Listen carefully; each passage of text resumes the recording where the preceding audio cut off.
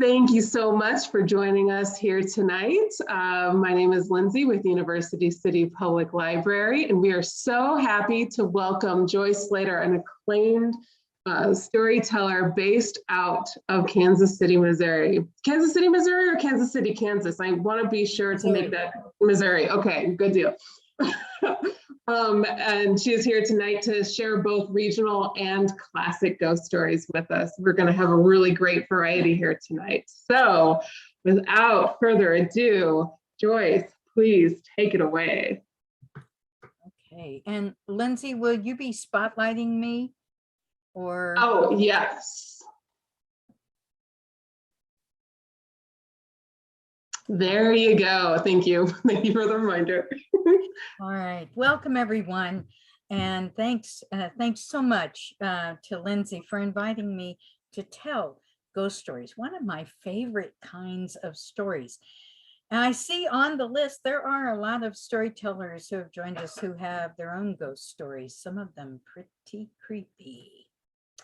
But tonight, I will have some stories from Missouri, and some stories from England, and maybe a story from Vietnam. But first, I want to tell you a little something about ghosts and ghost stories. In Kansas City, there is a house. It's called the Warnell House, and it has many ghosts. And maybe I like ghost stories because I feel like I've encountered one or two in that house. You know, it was the site of a Civil War hospital. The Battle of Westport was fought nearby, and the North and the South each took over that house and used it as a field hospital, amputating many legs and arms that were piled outside the house, stacked up to the second floor. I have done tours in the house. I worked there for a while, but one day I told stories in the basement to kids in the 5th grade. Now, these kids, they were fine with me telling my stories about the Warnells and slavery, when suddenly one of them said, "Oh no, who is that person in the back of the basement?" Well, there was no one there, but I knew it must be Mitty. She was a girl that took care of the children of the Warnell, and she's played a few tricks on me in that house before. One time I was even in the bedroom, and the door to the closet swung open. It had never done that before. And I have to tell you, she wasn't the only one who played tricks on me. I did some tours one time, and Mr. Warnell's pipe smoke followed us through every room in the house for only one tour. So you see, maybe ghosts and I are kind of friends. Now, some of my stories are not ghost stories. They might have a witch in them, or they might have something other that is scary. And I'd like to start with a jack tale. Well, you know, Jack is well known for being a lazy boy. He's well known for going after giants and planting seeds. But this story, Jack is not lazy. Jack went away to the army, and for one reason or another, he decided it was time to see the world. And so he left the army after about 7 years. He came home with his uniform and a loaf of bread and not a dime in his pocket. So he was looking for work. He didn't go to his own hometown. No, he went to other towns. He didn't want anybody to know how bad off he was. But he found a town. He asked everybody along the way if there was work there. One fellow finally said, "Oh, you ought to go to the miller. Yeah, the miller has a job. He's been looking for somebody to take care of that mill. He's tried many boys, but you know, you might be the right one." So he headed on to the miller's house. He found it, and there was the miller sitting on the front porch, sitting in his rocking chair. And he said, hey there. He said, I hear you have a job. Maybe I could come work for you. Well, the miller, he was excited. He'd hired many fellas, but none of them had lasted. Some of them had disappeared. Some of them had even been found dead. So he told Jack about the job, and Jack said, well, let me go see this mill before I say yay or nay. And so off to the mill they went. Now it was a big room with a large fireplace and little windows all around the top. Had nice light in the living space, he thought. And he looked at the mill. The miller said, I can teach you how to run the mill. He said, if you say yes, we'll set you up with some victuals and get you started. Well, Jack said, well, tell me what happened to them other fellas that you hired. And he said, oh, well, some of them disappeared, but I hate to tell you this. Some of them died. They found them dead the next day. I don't know what it was. Well, Jack, he said, that doesn't scare me. I believe I'll take this job. And so the miller went down and he gathered some ham and some flour and a big frying pan and some potatoes for Jack to eat that night. Got him some wood for the fireplace too. He came back and Jack was already set up. Why, word had spread far and wide that the mill was open and everybody was bringing their corn. It was a grist mill. And so he was grinding away. Why, he didn't need much instruction for that mill. It seemed pretty simple to him, and he ground corn the rest of that day. He was worn out by the time the sun was about to set, and he was hungry. But this little old man came to his door, and he said,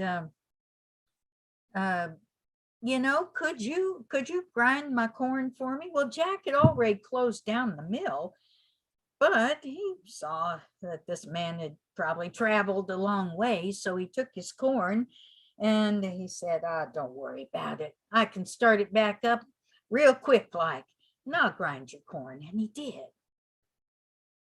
Well, that man was impressed.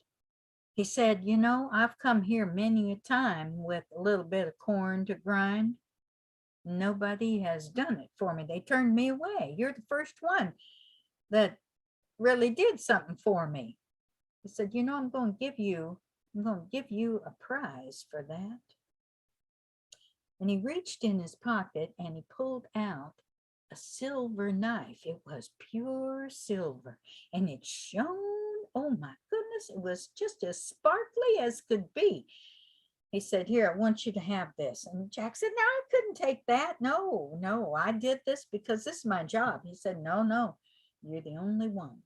Here, take the knife. And so he took the knife and he was looking at that knife. And when he looked up to thank the old man, well, he was gone. He didn't even hear him leave. So Jack headed over to the fireplace and he thought, I'll just build me a fire and I'm going to cook me some dinner. I'm getting hungry.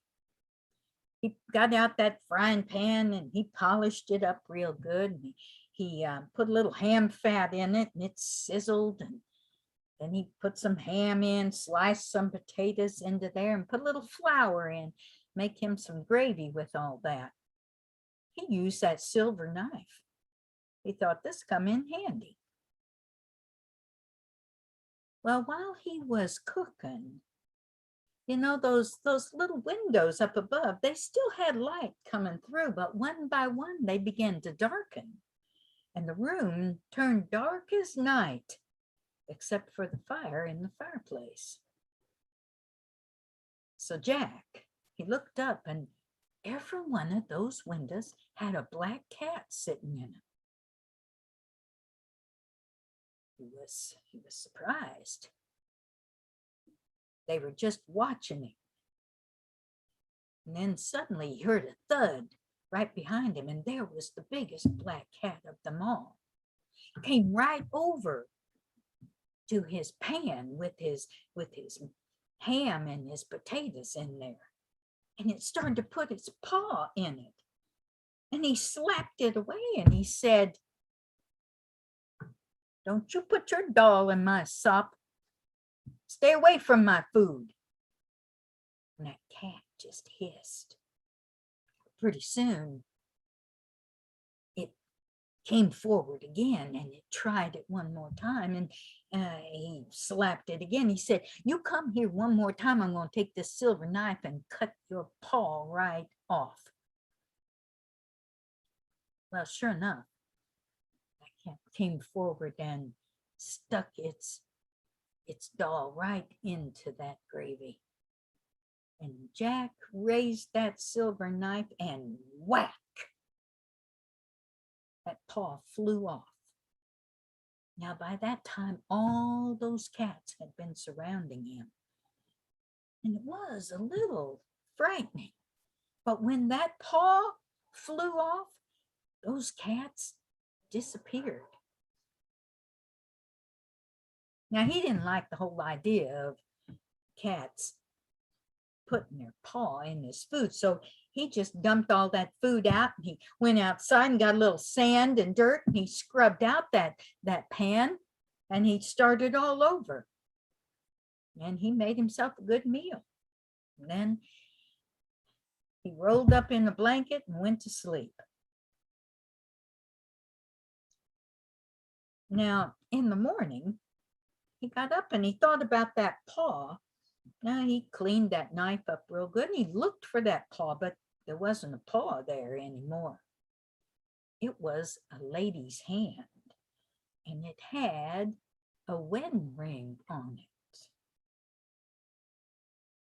So he took that hand and he wrapped it up in the blanket. Now, about that time, the miller was waking up, and he said to his wife, "Why don't you get up and fix me some eggs this morning? I would like some eggs for breakfast." And she said, I don't feel right. I'm feeling poorly today." And he said, "What's the matter with you?" She said, "I'm just feeling poorly." And he said, "Oh goodness, I guess I have to go fix my own eggs." So he did. After he ate, he felt pretty good. He said, "Well, I guess I just better go on up to the mill and figure out where I'm going to bury the body." But when he got up there, there was Jack. Jack was fixing his own breakfast. He said, "You're alive. You're alive, Jack." He said, "I am. Did you expect me to be dead?" He said, "I did." He said, "But tell me what happened." And he said, "Well, the strangest thing happened last night." And he told him the story of those cats and about cutting that paw off with that silver knife. He told him about that little man who gave him the silver knife. So the miller, he was, he wondered. And then Jack showed him the hand. He recognized that hand. He said, "Bring that with you. I want you to come up and talk to my wife." So Jack, he had that hand in the blanket and he went on up to the house. When he got up there, the miller said, "Come on into the bedroom, Jack. This is my wife." He said, "I want you to show Jack your left hand." And she stuck out her right hand. And he said, "No, I said, show him your left hand." And she fumbled around under the blankets and she acted like she stuck out her left hand, but it was her right hand again. And he said, "I know something is wrong." And he took that blanket from Jack and he opened it up and he threw that hand on the bed and he said, "There, what do you think of that? Now I know for sure you and your witches, you've been using that mill, haven't you? Meeting there with all them in the form of a black cat. You've been meeting there and you've been murdering my millers, haven't you?" Well, the woman, she just screamed, and he went to the dresser drawer, and in there was a cat skin. And there was a whole lot of cat skins just laying in that drawer. And he knew there were at least 12 of those cats that had been meeting who knows how many nights a week. Well, he grabbed Jack and he went out of that house and he locked it up tight. He got himself some kerosene and he spread it around. He started that house on fire and it burned to the ground. All he heard in that house was the screaming of his wife, like a big old black cat. But you know, from that day on, they never had any more trouble. And Jack worked there for a long time, till he made enough of his fortune to move on to something else. And that's the story of Sock Doll.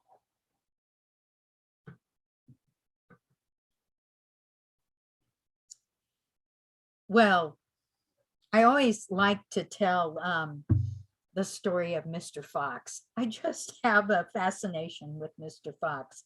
It's kind of gruesome, but not so bad. It's an English fairy tale, folk tale. I guess you would say folk tale. There's not really any magic in it. But once, long, long ago, a Mr. Fox moved to a certain part of town. Now, he was a wealthy man, and everybody knew he was a wealthy man because, oh, he had a fine house, they heard. It was a large house. And he had a coach, and on the outside, there was a picture of a red fox. Had black horses that were stunning and beautiful. Every girl in the territory wanted to be friends with Mr. Fox. Not only was he rich, he was handsome. He was handsome, and they knew that they were the one for him. Oh, he courted many women. But the one that he seemed to have an eye on was Mary. Mary, he would come and visit Mary. Mary had 4 brothers who were always watching out for her. And they were curious about Mr. Fox, but he seemed like an upstanding young man. And they knew he had money. And they knew that Mary had her eye on him too. He had to make the rounds, though, so he didn't come every day. When he came, she would serve tea and cakes that she had baked herself. Mary was never invited to Mr. Fox's house. He lived on the other side of the woods from them. She often wondered about his house and wanted to see it. He said it was a beautiful house. He started talking about marriage, actually getting married to Mary. And this, well, Mary was already in love and just made her heart patter. But he had to do some business in London, and he would be gone for a while. He would make arrangements and be in touch with her when he came back.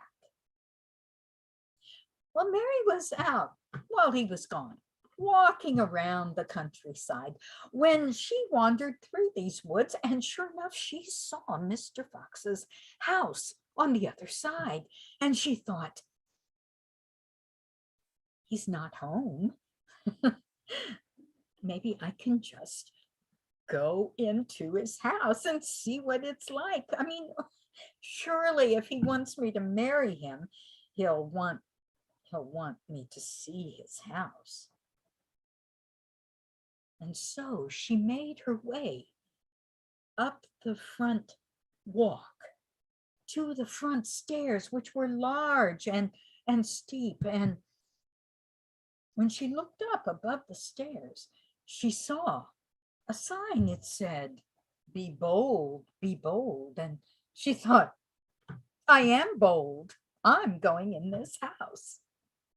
But when she got to the door, she crossed the porch, and she stood in front of that door and looked up, and there over the door it said again, be bold, but not too bold.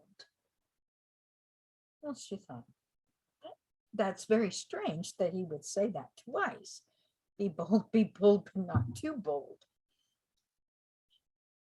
She wondered if somebody was there. She knocked, but nobody answered, and the door pushed open. Oh my, he's left it open. She went in, and there she saw before her a wide staircase. There were chandeliers of crystal, rugs from Persia. She saw beautiful brocaded furniture, all to her heart's delight. She thought, this will all be mine. And quietly she walked up those stairs, looking one way and another, looking at all of this beauty. Now, when she arrived on the second floor, there were many doors, and she went down and looking one way and another and peeking in. There were bedrooms, there were offices, but she came to a door. Each door she had opened, but finally she came to one, and she thought, this must be his bedroom. She pushed the door all the way open, and there was a fine four-poster bed. Oh, how lovely. And there was a dresser with fine things on it, crystal and gold. She turned around, and there was a closet. It was covered with red velvet cloth, but above that door, it said in bold letters, be bold, but not too bold, lest your heart's blood run cold. Well, that really took her aback. She didn't know what to think about that. I mean, Mr. Fox seemed like such a wonderful person, but she thought, I am bold.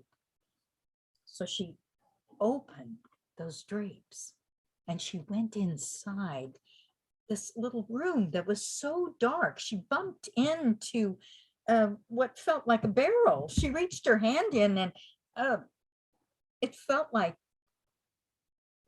human hair. And then she bumped into another, and there were bones.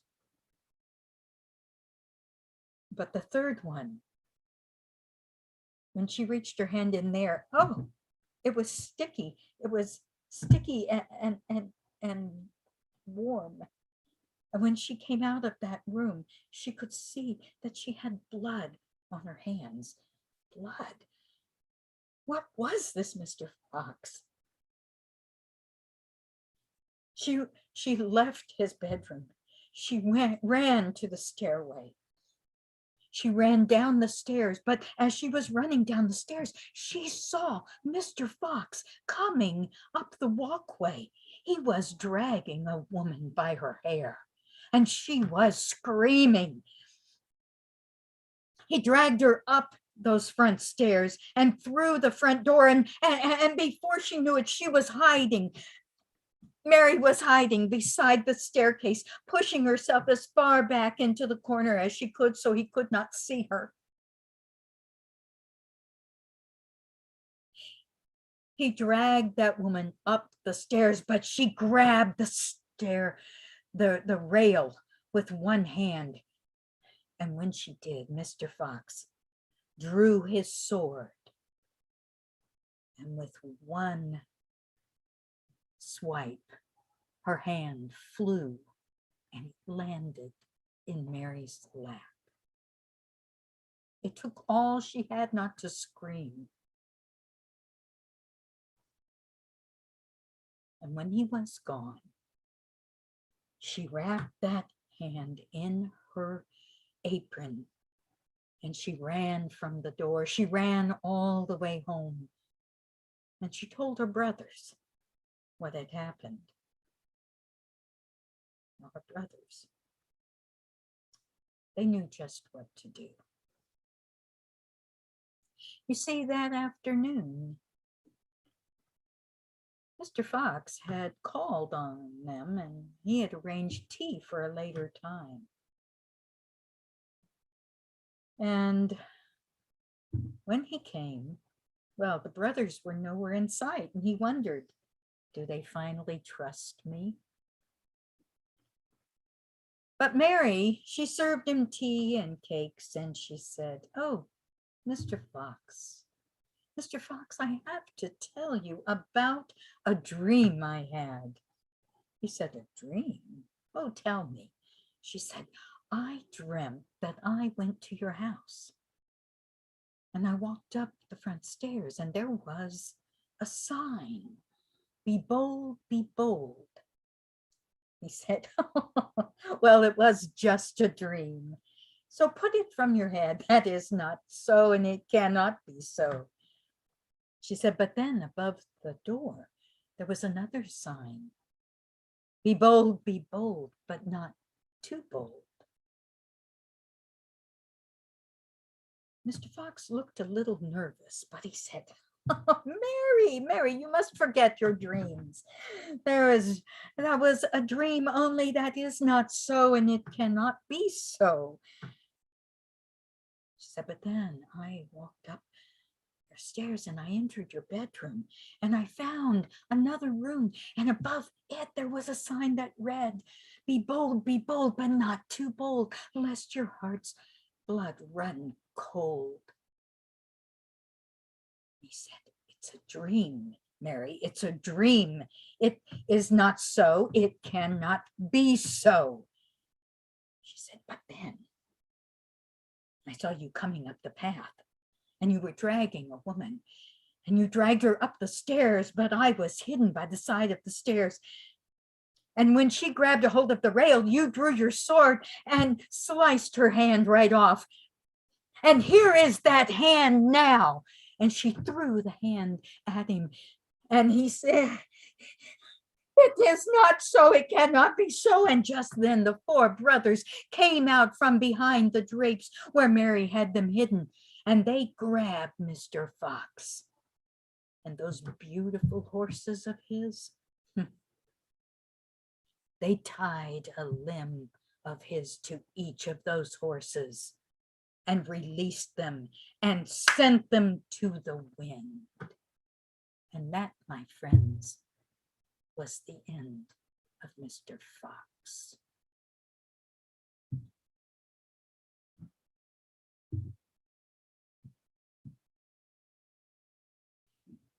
My next story is from Vietnam, and it's called The Basket Weaver. There was a boy, his name was Bang Nam, and he lived with his parents. And the mother was a basket weaver. The father worked in the rice paddies. But every day, the boy's mother would weave baskets. They were beautiful baskets. And the boy learned at his mother's knee how to weave baskets when he was very small. And as he grew, his baskets became more and more beautiful. His mother had taken her baskets to the marketplace once a month and sold them so that they would have money for food and rice for the paddy. Now, when he became maybe 10, maybe 12, he had become so proficient as a basket weaver. His mother said, I think you need to prepare baskets for the marketplace. And you may sell them yourself, my son, because you have done such a great job. You can buy whatever you want, but you need to prepare. You'll need lots and lots of baskets. And so he worked hard. He made pointed baskets. He made baskets with handles. He made small round baskets and large square baskets. He made tiny, tiny baskets, baskets that looked like hats. So many, many baskets. And finally, he was ready. She said, I will make you a large backpack. It will be woven and you can put some of your baskets in there. And so when it was time, he made ready for the journey. He would have to set up in the marketplace, and he knew, he had been with his mother many times. He knew exactly what to do. So he stacked all the cone-shaped baskets on his head. Now, his mother put the big ones in first into that backpack, and then smaller ones after that. And the ones with the handles, he slipped on both arms. I mean, he looked like a basket man. Oh, he walked to the village where the marketplace was. Now, along the way, he heard a rustling in the bushes, and then he heard a hissing. He wasn't sure what was going on, but when he looked, he saw 2 pheasants, and there was a snake ready to take the pheasants' eggs from their nest. He slipped those baskets off. He looked around. He found a rock, and he threw it at the snake to scare it away. He threw it hard, and the snake was gone. The pheasant, you can't imagine how grateful they looked. Well, he gathered up his baskets again, and on he went into town, and well, he sold every single basket. He was there all day and he sold every one of them. In fact, he ended by selling the tiniest one at the end of the day. Now, he took his money and he knew exactly what he was going to buy, but by that time, the marketplace, most people didn't have much left. What he wanted something for his mother and something for his father and something for himself. He found, after looking hard and wide, he found a bolt of beautiful cloth for his mother so she could make a new kimono.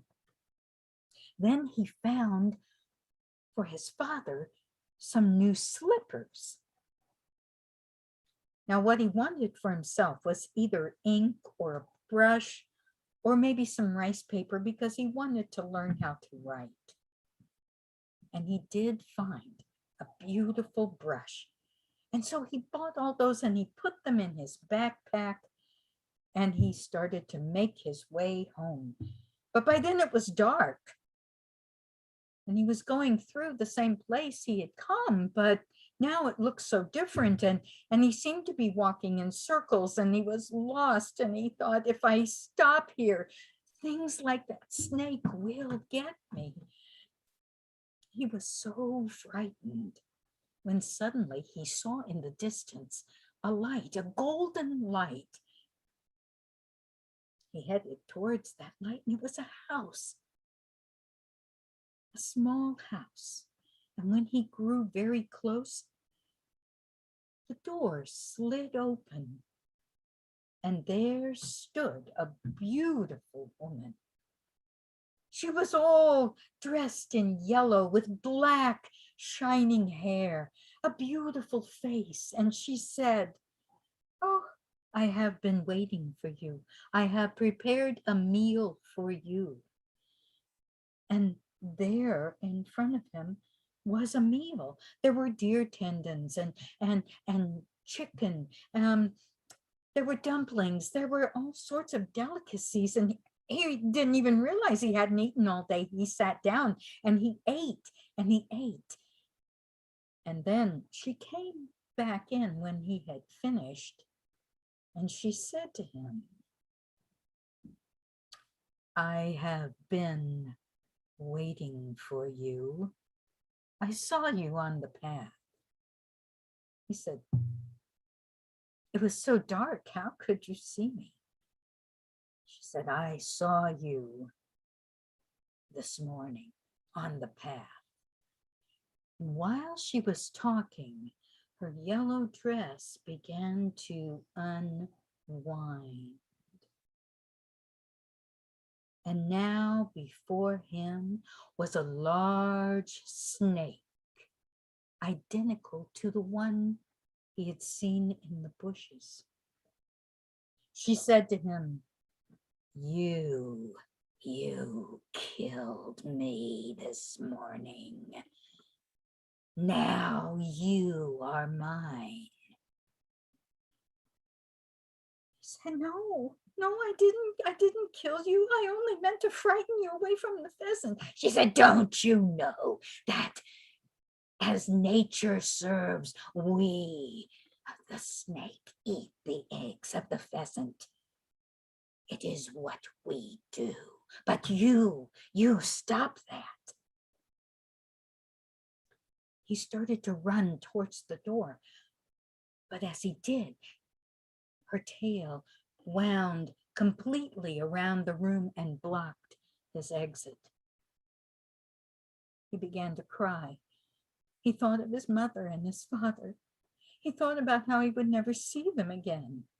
And she just laughed. You are mine. He ran to the window and he thought, if somebody would hear me. He started to cry out, but she said, no one will hear you here. But I tell you, in the distance, there is a bell tower. If you can make that bell tower ring before midnight, I will release you. Well, he started to climb out the window, but she said, no, you must make it ring from here. Well, he yelled and cried out his loudest cries. He screamed at the top of his lungs. He knew his parents would be missing him. They would be worried. He was so afraid. He cried until he was hoarse, and then he slumped to the ground, knowing that this was the end. He would never see his parents again. And he stayed there.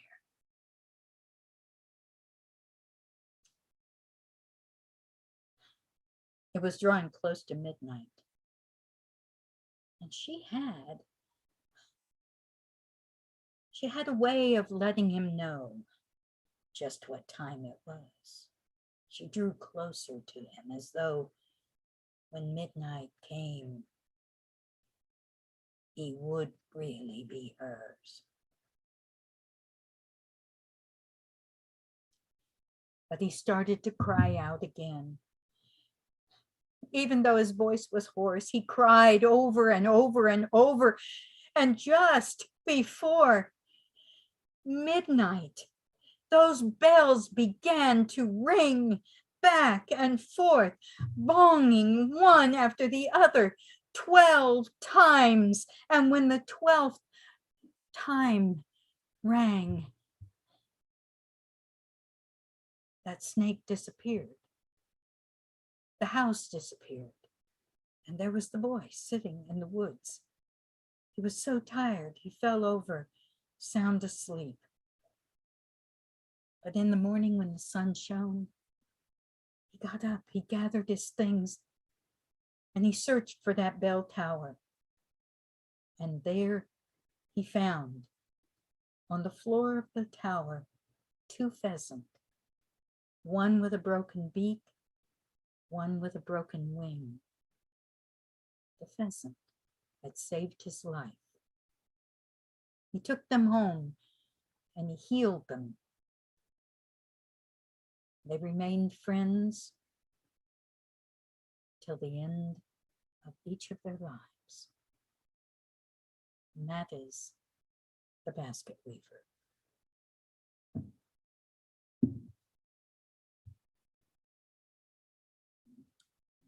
Now, my final story is by Bram Stoker.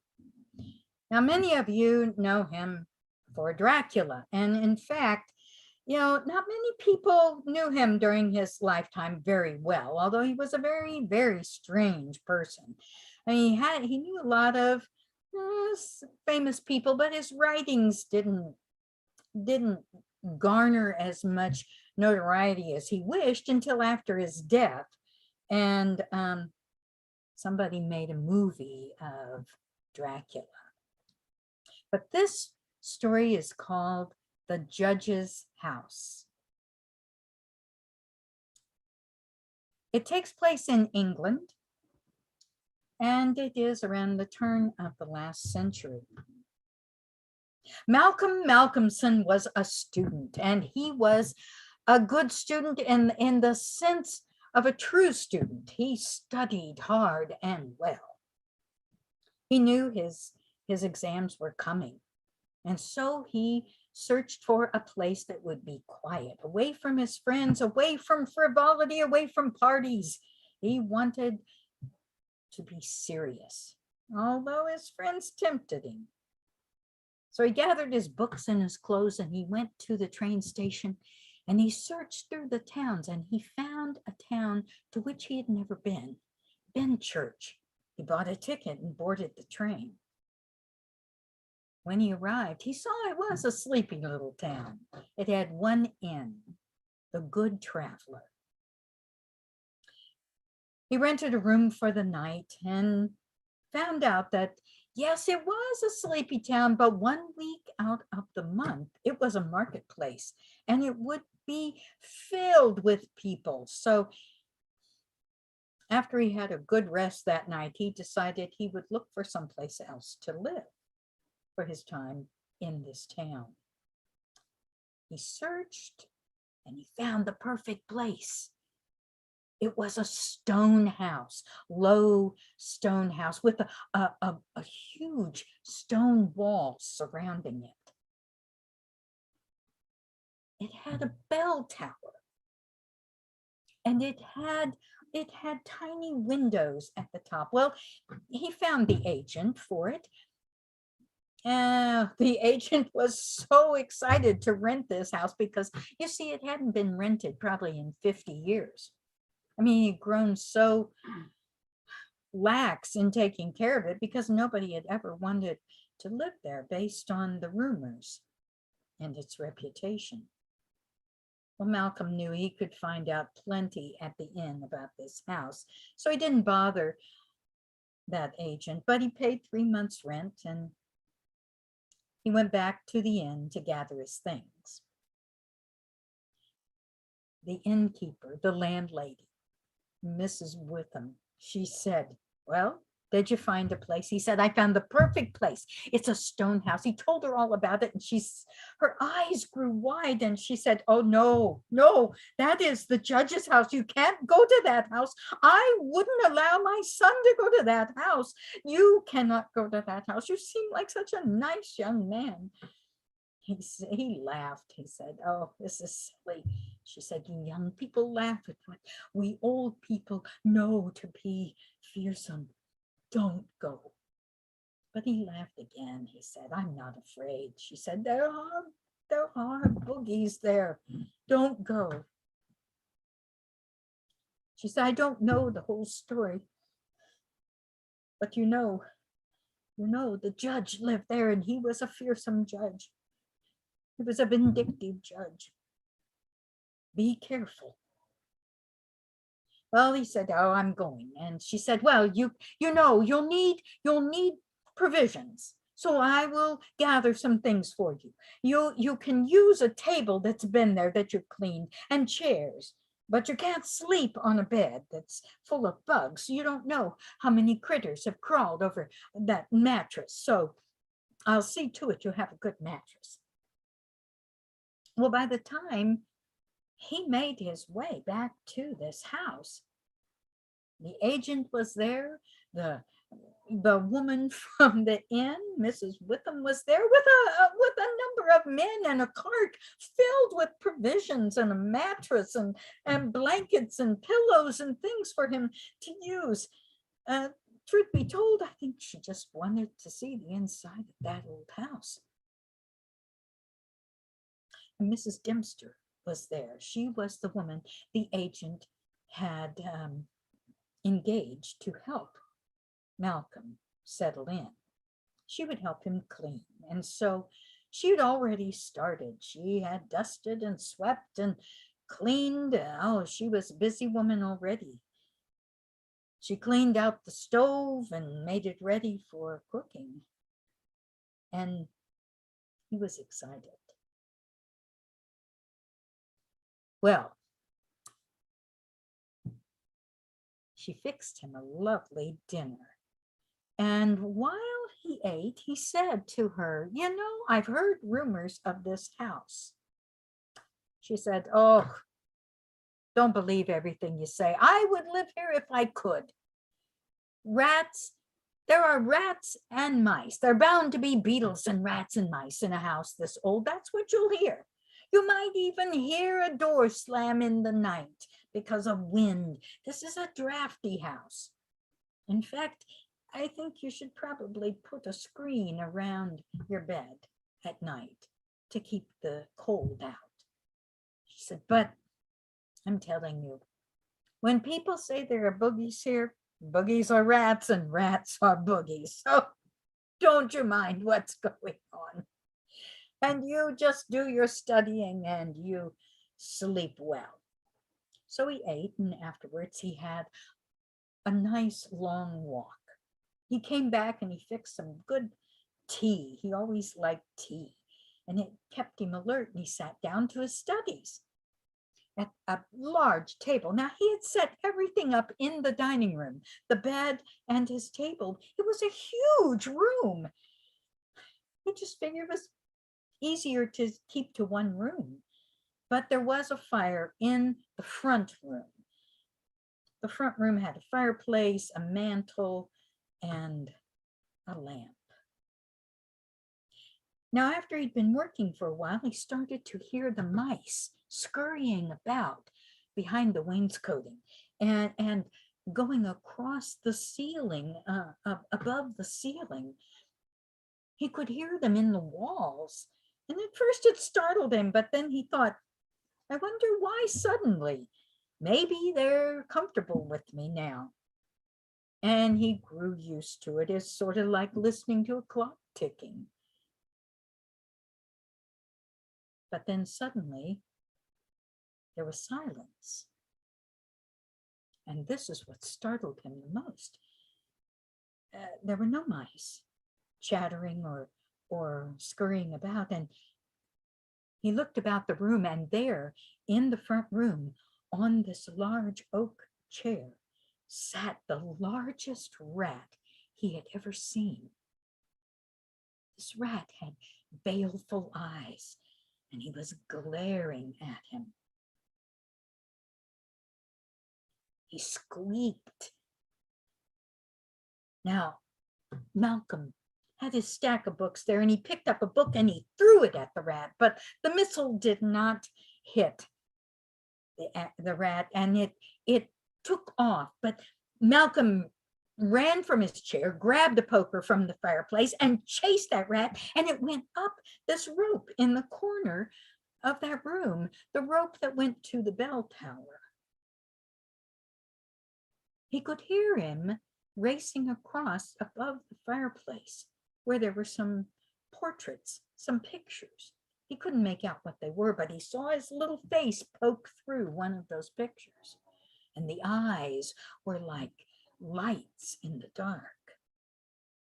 He touched that rope. It was supple and strong. He couldn't understand if it had been there for so long, how was it so strong? Well, he went back to his work, and sure enough, the mice started chattering again. And well, it wasn't long. He grew tired and he went to bed. The next morning, he found Mrs. Dempster there with his breakfast, and she said, "How was your night?" He told her. And she said, "Oh, I told you there'd be rats. There would be rats, there would be mice, there would be beetles, whatever in this old house." Well, after he had eaten, she stayed around to clean up. And he said, um, I'll probably only use this for a month. If you would like this house after I leave, you could have it for the rest of the time I've rented." And she said, "Oh, no, no, I stay at Greenhouse Charity. And if I'm not there every night, they give my rooms away. So no, no, as much as I would love to be here, I cannot." So he changed his clothes, he grabbed a book, and he went for a walk, and he ended up at the inn. And of course, Mrs. Witham wanted to know all about it. And he said, "Well, there were mice, there were rats, but there was this rat, and I swear he looked like the devil himself." She said, "Oh, I told you, you shouldn't be in that house. That house is dangerous. It could be the devil. It could be the devil himself." And he laughed again. And she said, "You need to take care. I want you out of that house." He said, "No, no, it's fine. It's fine." She said, "You look paler than you did before." He said, "You are a silly old woman. Please." But when he went back, dinner was ready, and Mrs. Dempster was there. And he ate. Sure enough, he started working again. But this time he thought, "I'll be ready." He made a big stack of books, and he had that poker ready too. He started working, and right away the mice began chattering and scattering around. It was a comfort. But then they grew quiet again, and he turned around expecting to see that rat. And sure enough, there he was on the top of that chair, little red eyes glaring at him. He did look evil. But he grabbed his books one at a time, and he threw them at him. And finally, the last book he threw, and it hit him. But the rat screeched loudly and ran up that rope and across above the mantle. When Malcolm picked up that book, he found it was the Bible that his mother had given him before he left. Now he was wondering about that rope. He wanted to see exactly where it went and where that rat went. And so he took the lamp and he shone it up there, and then he shone it across to those pictures, but they were so dark he couldn't see them. And so he made a mental note to have Mrs. Dempster clean them the next day.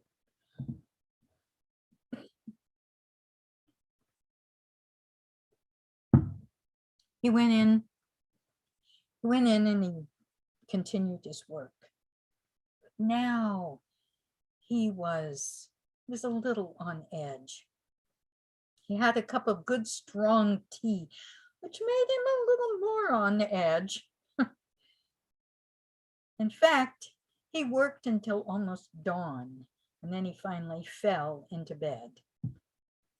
When he awoke, Mrs.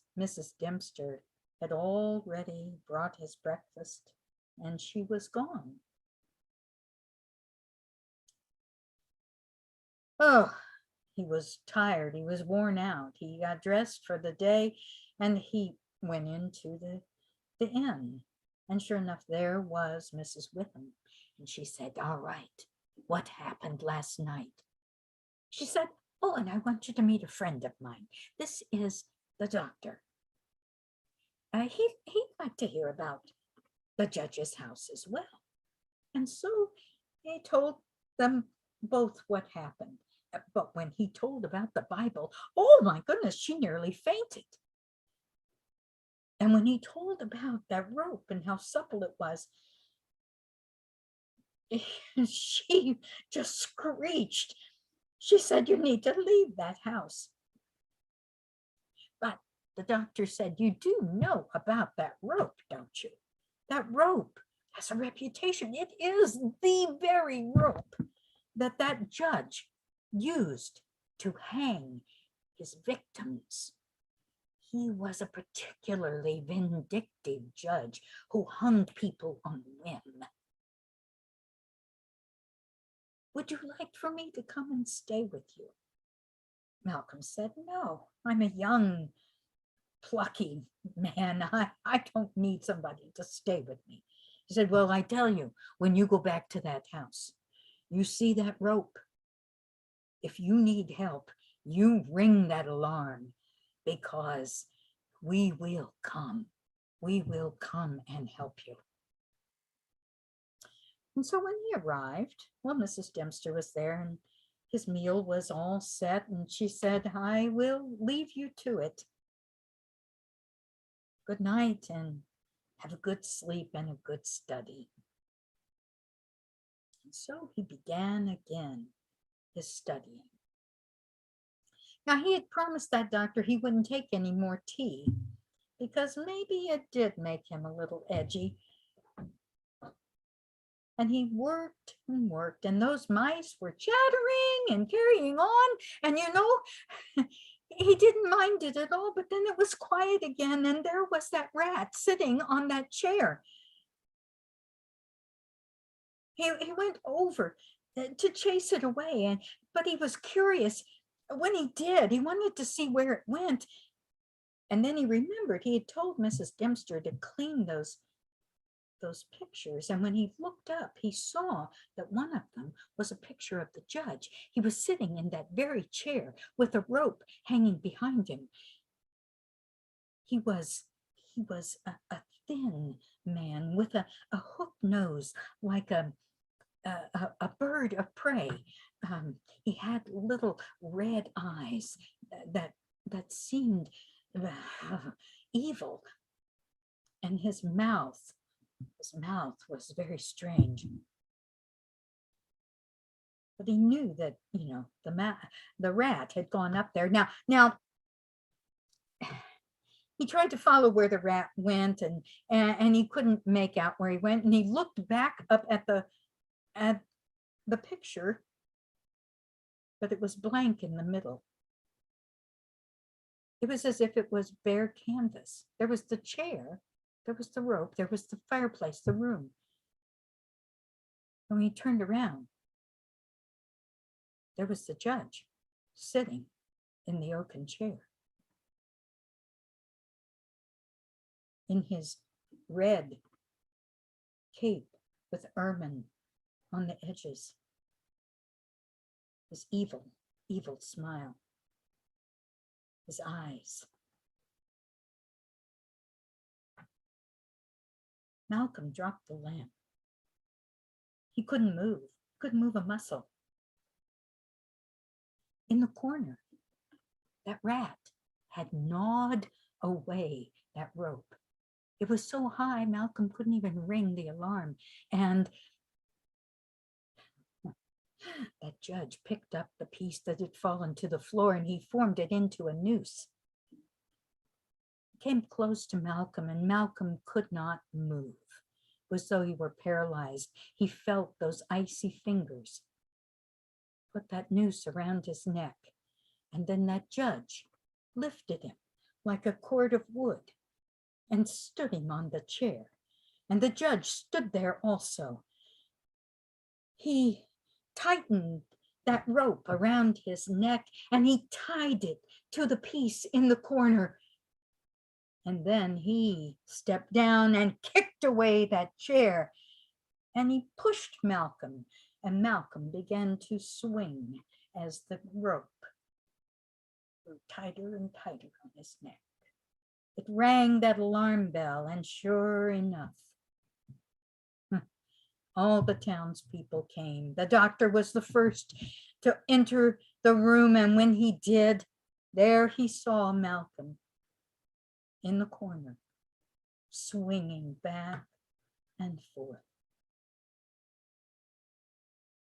And when he looked up at the picture, there he saw the judge, now with a malignant smile on his face. the judge's house.